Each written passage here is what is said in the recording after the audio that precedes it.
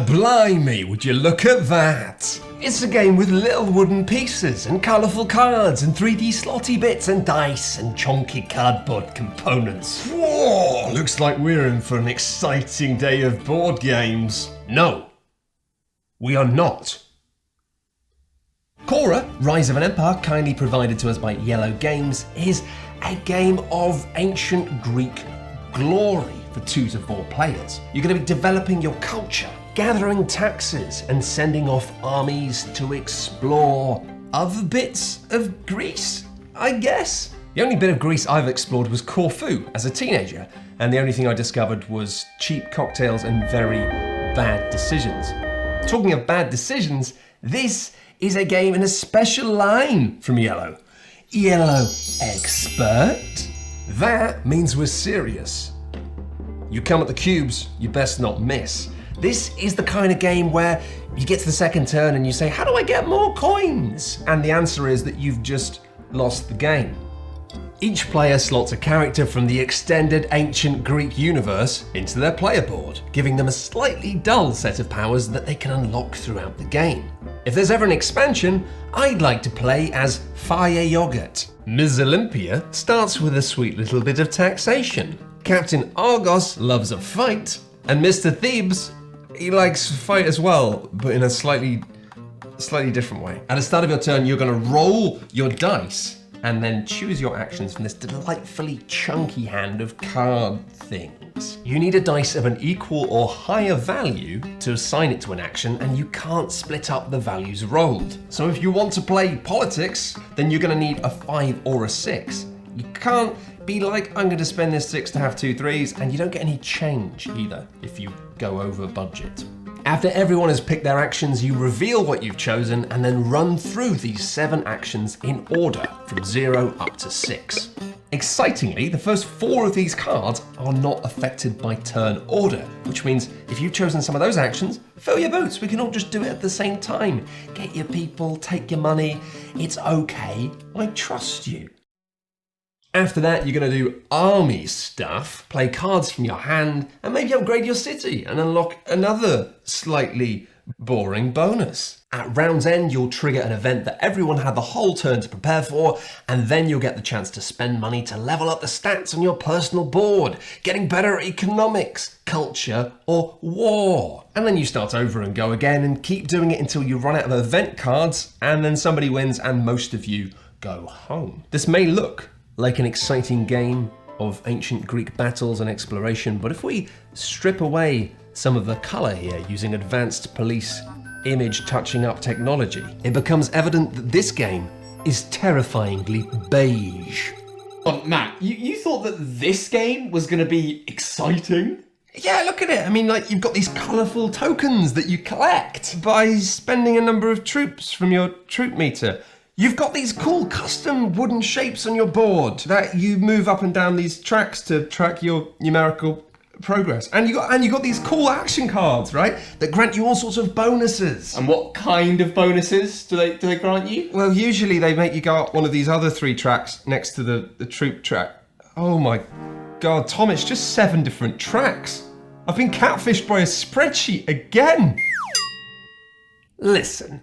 Khora is a gorgeously boring piece of game design, and that might not come as a surprise when I tell you that it was designed by the Headquarters Simulation Game Club. Perhaps the only credited board game designer that sounds like it might actually be a robot. And not only that, this game is basically a prettified version of another game by the same people called Improvement of the Polis. A game with a title so outrageously dull that I want nothing more than to brew a very large pot of tea and just sit and play it. I need to play it. I want to play it right now. I don't know why, but I do because board games. And yet, as much as I adore a really dry adventure in the magic land of numbers, I'm often, quite reasonably, aghast at just how ugly some of the best dry Euro games are. Lignum, for example. It's incredible, but it's also an insult to the very existence of trees.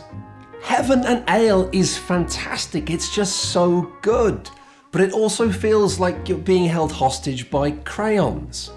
At the same time, dull games sometimes shoot themselves in the foot by appearing to be too slick and exciting. Blackout Hong Kong was an evocative Euro that transported you as a player into a setting that wasn't really mechanically there. And I've lost count of how many sci-fi Euros I've played that have wowed me with the hot pinks and purples, only to start playing and discover that it's not you, it's me. I just don't really want to turn 14 hyperquacknonian cubes into space elements. I just want to rear sheep and grow leather. And I don't think that means that all Euro games have to be boring, you know? It doesn't mean that every game has to be themed around weatherproofing a boat. Although, now that I've said that, I want to play that game right now. And yet so few games manage to land bang in the middle. Aesthetically lovely and thematically fun, but not too exciting to the point that then the dryness is somehow disappointing. Great Western Trail is a perfect example. If it was gunslingers and saloons, it might well fall dead flat. But cows? We're doing cows? This is the best day of my life.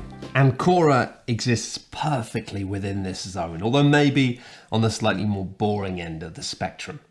There's so much colour and pop and sharpness here, but it's still remarkably clean and easy to read. And I genuinely adore the artwork on some of these cards. Look at this guy with an urn. What's going on with that face? Is it like, oh, I don't know, this vase looks a bit crap? Or is he out getting absolutely twisted with the lads and just stopped in to buy some crockery? We've always deeply loved really, really dry Euro games in spite of the often awful artwork, but also maybe because of it.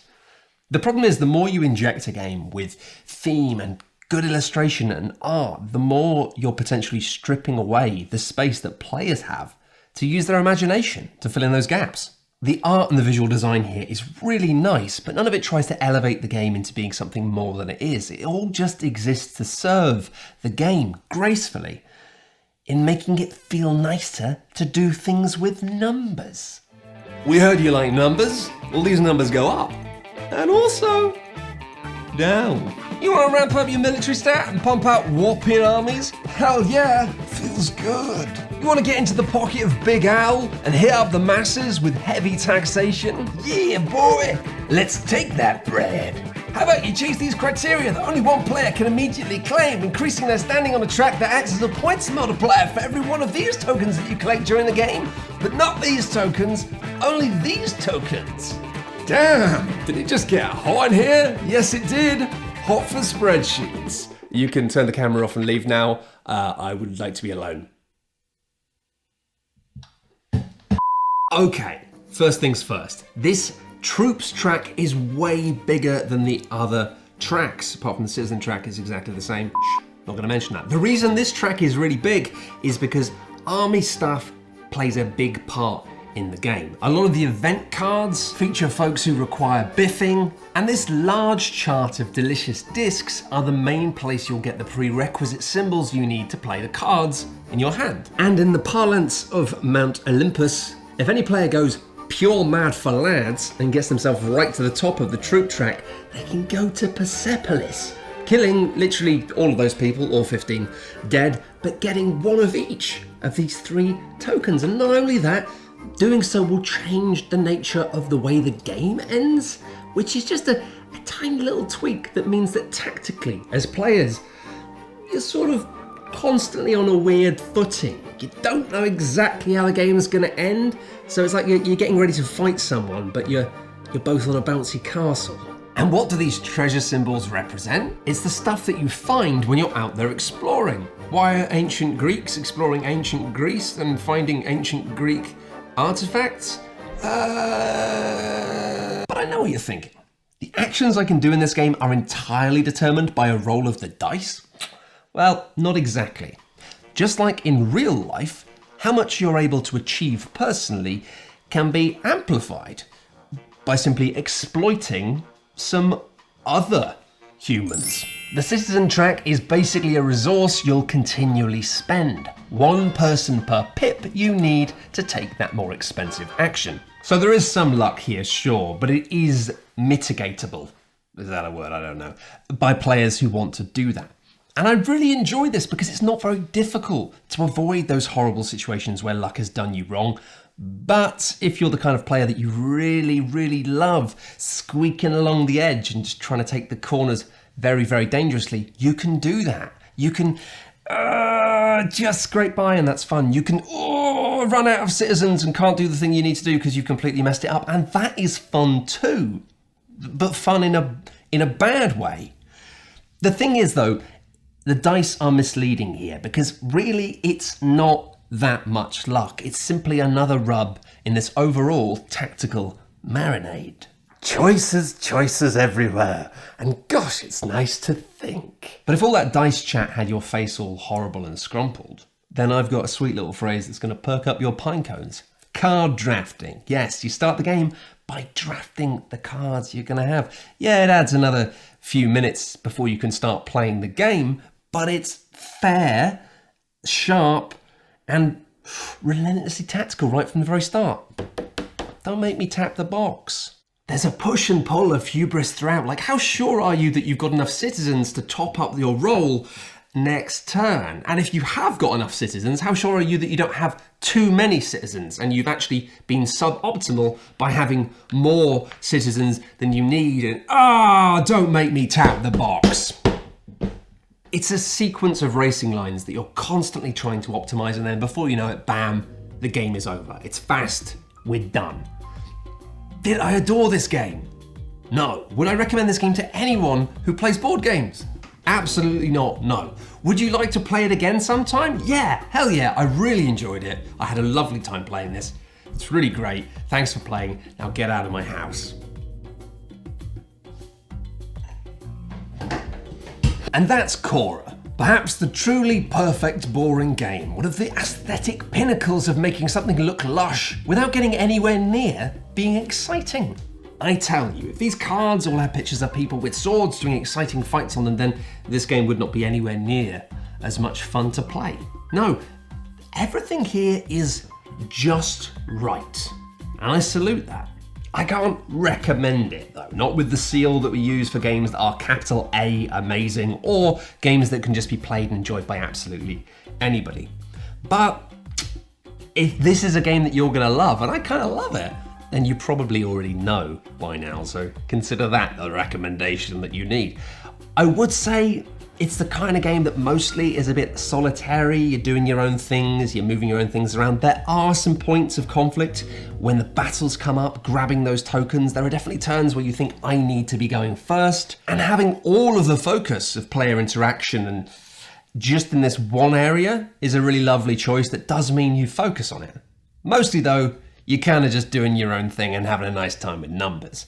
Other recommendations in a similar space would be Concordia, which exactly slots into that same zone of being sharp and lovely, but never too exciting. It's a better game, but it's also fiddlier and a lot longer, whilst this is a snappy little treat. Another better game in a similar space, Race for the Galaxy has a similar action selection mechanic and is superb and has slightly more player interaction. But at that point, I'd probably recommend Roll for the Galaxy because tiny little dice. And I don't know how you feel about dice, so let's just put that one to bed. And that's all the things that I think. Khora, not a classic, but dang, a great, nice game. I really like it. You might really like it too. What gives me the right to talk about this as if my opinions have more weight than other people's?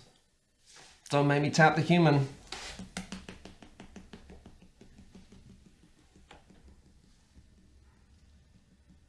Thank you very much for watching. And thank you finally to Black Hawk Tattoo Studios. Without them, this video would not have been possible.